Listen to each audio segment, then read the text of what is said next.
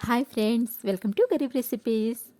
Friends, ఈరోజు మన గరీబ్ రెసిపీస్లో డాబా స్టైల్ పన్నీర్ కర్రీని ఎలా తయారు చేసుకోవాలో చూపించబోతున్నాను. చాలా టేస్టీగా ఉంటుంది ఫ్రెండ్స్. మనం ఇంట్లో ఉండే ఇంగ్రీడియంట్స్తోనే చాలా ఈజీగా చాలా టేస్టీగా ఈ పన్నీర్ కర్రీని ప్రిపేర్ చేసుకోవచ్చు. ఇలా ప్రిపేర్ చేశారంటే రోటీలోకి, పూరీలోకి, రైస్లోకి, ముఖ్యంగా వెజ్ బిర్యానీలోకి సైడ్ డిష్ లాగా సూపర్గా ఉంటుంది.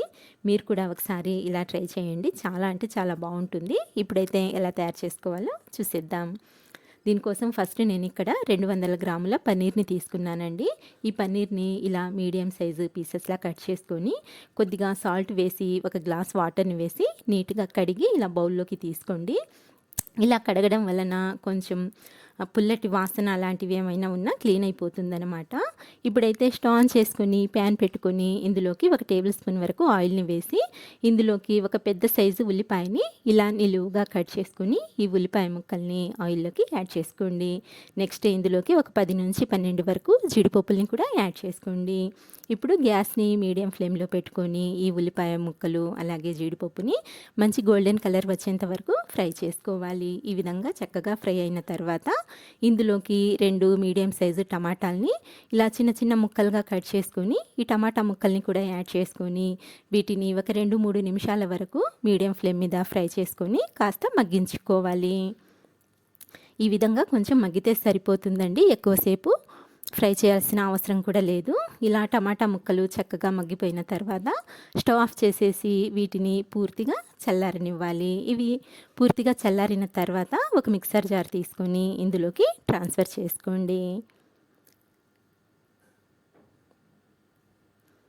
ఈ విధంగా ట్రాన్స్ఫర్ చేసుకున్న తర్వాత ఇందులోకి ఫ్రెష్ పెరుగు 1/2 కప్పు వరకు వేసుకోండి. పుల్లటి పెరుగు అస్సలు వేయొద్దండి.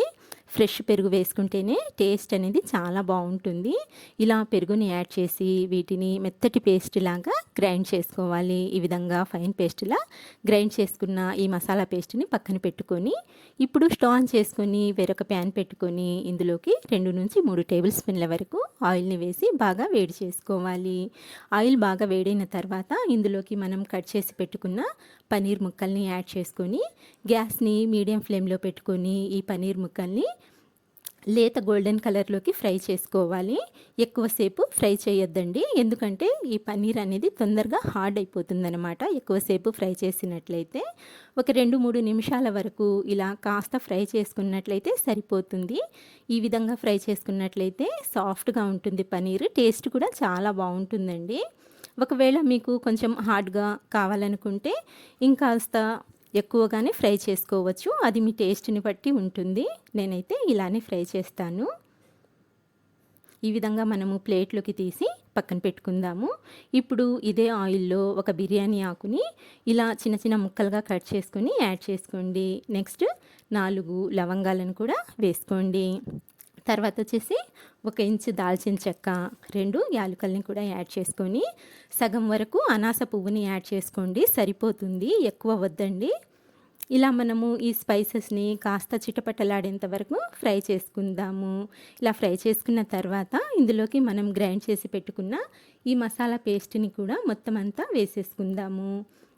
ఇలా ఈ మసాలా పేస్ట్ని యాడ్ చేసుకున్న తర్వాత మనం ఇలా కలుపుకుంటూ ఉడికించుకున్నట్లయితే, అంటే ఫ్రై చేసుకున్నట్లయితే ఈ మసాలా పేస్ట్ ఆయిల్ని పూర్తిగా అబ్జర్వ్ చేసుకుంటుందండి. ఇక్కడ చూస్తున్నారు కదా, ఈ విధంగా అనమాట.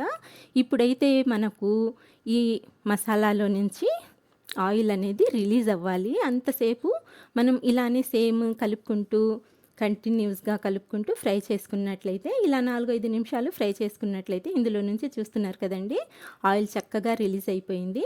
ఇప్పుడు ఇందులో 2 టేబుల్ స్పూన్ల వరకు కారం, 1/2 టీ స్పూన్ పసుపు, 1 టేబుల్ స్పూన్ వరకు ధనియాల పొడి, అలాగే 1/2 టీ స్పూన్ గరం మసాలాని యాడ్ చేసుకోండి. అలాగే తగినంత సాల్ట్ని కూడా వేసుకోండి. ఇవి మాడిపోకుండా ఒకసారి మనము కలిపేసుకుందాము. గ్యాస్ని లో ఫ్లేమ్లోకి అడ్జస్ట్ చేసేయండి ఫ్రెండ్స్. మనం మిగతా స్పైసెస్ని ఒకసారి కలుపుకున్న తర్వాత యాడ్ చేసుకుందాము. ఇక్కడ 1/2 టీ స్పూన్ వరకు మిరియాల పొడి, అలాగే 1 టేబుల్ స్పూన్ వరకు ఫ్రెష్ అల్లం వెల్లుల్లి పేస్ట్ని వేసి ఇందులోని పచ్చివాసన పోయేంత వరకు, అంటే ఒక 2-3 నిమిషాల వరకు మీడియం ఫ్లేమ్ మీద ఇలా ఫ్రై చేసుకోండి, సరిపోతుంది. ఇలా చక్కగా ఫ్రై చేసుకున్న తర్వాత ఇందులోకి మనం ఫ్రై చేసి పెట్టుకున్న పన్నీర్ని కూడా యాడ్ చేసుకుందాము. నెక్స్ట్ వచ్చేసి ఇందులో ఒక గ్లాస్ వరకు వాటర్ని వేసుకోండి. ఒకవేళ మీకు గ్రేవీ కొంచెం పలచగా కావాలనుకుంటే ఇంకొక హాఫ్ గ్లాస్ వరకు వాటర్ని యాడ్ చేసుకోవచ్చండి. నేనైతే ఈరోజు చపాతీలోకి ఈ కర్రీని చేస్తున్నాను, అందుకోసం ఒక గ్లాసు వాటర్ని వేసాను.